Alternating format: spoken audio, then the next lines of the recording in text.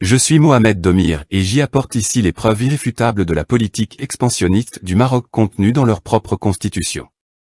Le problème dans l'esprit de frères marocains cherche une provocation non justifiée. Et le problème se trouve dans un article dans la constitution marocaine. L'article précise « Le roi est le garant de l'indépendance de l'État et la propriété du royaume. Dans ses frontières authentiques. » Le ministre des Affaires étrangères d'Algérie Ramtan Lamamra dit.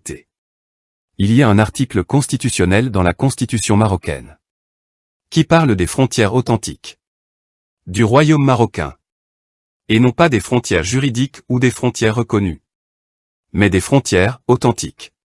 Fin de la déclaration. C'est très bien que nous Algériens avons pris conscience de la gravité de cet article. Et leur mauvaise intention est qu'ils sont prêts à annuler tous les traités, afin de pouvoir récupérer, selon eux, de anciennes frontières de droit. Dessinées dans leur imagination, les frontières authentiques sont les frontières officielles du Maroc. Et le Maroc demande à revenir aux frontières d'avant colonisation. Une certaine carte que je vous présente montre les frontières authentiques de l'État marocain qu'ils doivent récupérer. Ces frontières authentiques qui incluent l'Algérie, la Tunisie et qui arrivent jusqu'aux frontières libyennes. Le champ de l'État marocain arrive jusqu'au Soudan occidental, ce qui confirme les frontières authentiques de l'État marocain. Revenons à la constitution marocaine et mettons une ligne sous le roi et une autre ligne sous sa responsabilité sur les frontières authentiques. Sauf qu'en lisant l'article 55 de la même constitution, on trouve le roi signe et ratifie les traités, toutefois les traités de paix ou d'union, ou ceux relatifs à la délimitation des frontières nécessitent des mesures législatives. Donc, une différence flagrante. Et tout cela nous ne concerne pas. Mais ce qui nous intéresse, c'est que cet article dans la constitution marocaine est flou et porte une odeur colonisatrice et expansive. Et celui qui a écrit la constitution, en utilisant le terme « authentique », si on cherche à comprendre son intention, voilà ce qu'on va retourner.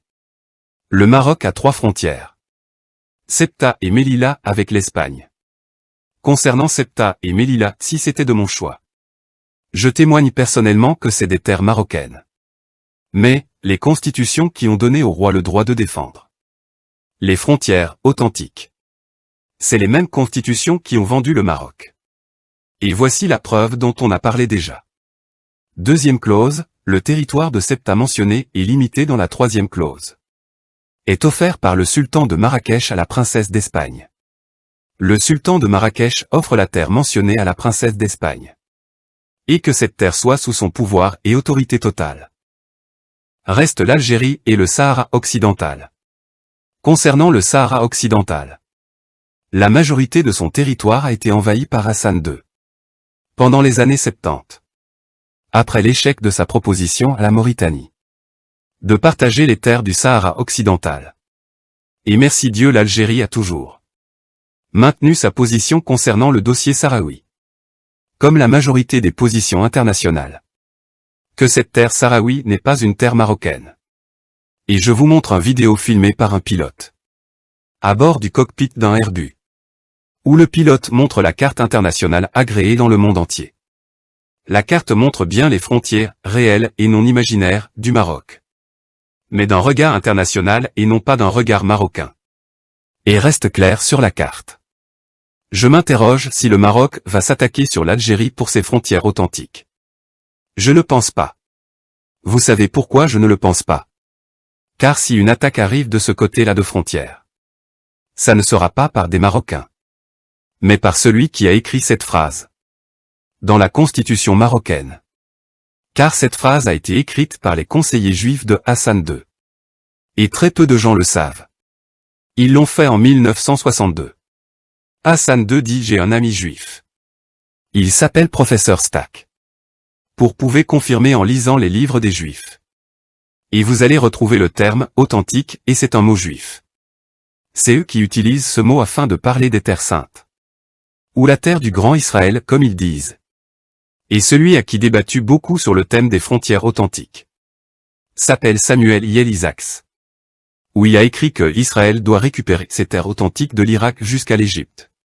Et comme ça on peut comprendre que c'est à partir des livres juifs que ce mot a été copié et collé dans la constitution marocaine, afin de prétendre une vérité proclamée sur d'autres terres en dehors de leur territoire approuvé. Et sûrement nos frères au Maroc les pauvres ne savent pas cela. Nous les Marocains avec nos frontières authentiques. Donc en lisant ce mot, ils l'ont directement pris à l'emploi, en disant que c'est leur nomination sans chercher la source. Donc on a su que les défis que peut créer notre voisinage avec le Maroc vient de l'influence des Juifs marocains dans la politique du royaume.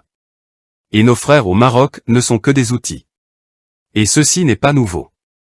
Vous vous rappelez peut-être l'épisode de Mohamed et Mili. Quand on a dit, en 1465 le sultan Mérini, et il veut dire le roi de Fès Abdelak II, a désigné le juif espagnol Harou ibn Santoun, nommé par les Arabes Ben Battash, comme chef du gouvernement marocain. Imaginez le manque de musulmans ou le manque de descendance marocaine, afin qu'il désigne un juif espagnol étranger comme chef du gouvernement. Quelques années après, le juge musulman Al-Maghili a été exilé pour voir exprimer clairement son avis anti. À la fin, même si cet épisode est court, mais contient une clarification sur l'existence d'une expression constitutionnelle, copiée des livres juifs et des idées juifs expansifs. Et cette expression n'existait pas dans la Constitution de 1908. Mais l'expression est apparue dans la Constitution de Hassan II, en 1962. Donc l'année de l'indépendance de l'Algérie, sans qu'ils parlent de leurs frontières authentiques. Et cet article est resté spontané jusqu'à l'année du décès du Wari Boumedienne, où Hassan II a fait un discours officiel au Maroc, où il a parlé à la première fois oralement l'expression « les frontières authentiques », et le discours où l'Algérie a été citée 8 fois. Et comme ça on a pu suivre cette expression depuis sa première apparition dans les livres juifs, jusqu'à l'année de l'indépendance de l'Algérie, où cette expression a été incluse dans la constitution marocaine. Le résumé, mon ami, c'est que c'est des conseillers qui dictent ou des extraterrestres. Si tu veux faire une expansion, je te conseille de ramener des bulldozers et de faire des remblaiements, afin de créer de nouvelles îles dans l'océan comme Qatar l'a fait. À la fin, j'espère que ce travail de recherche a apporté un ajout à vos informations.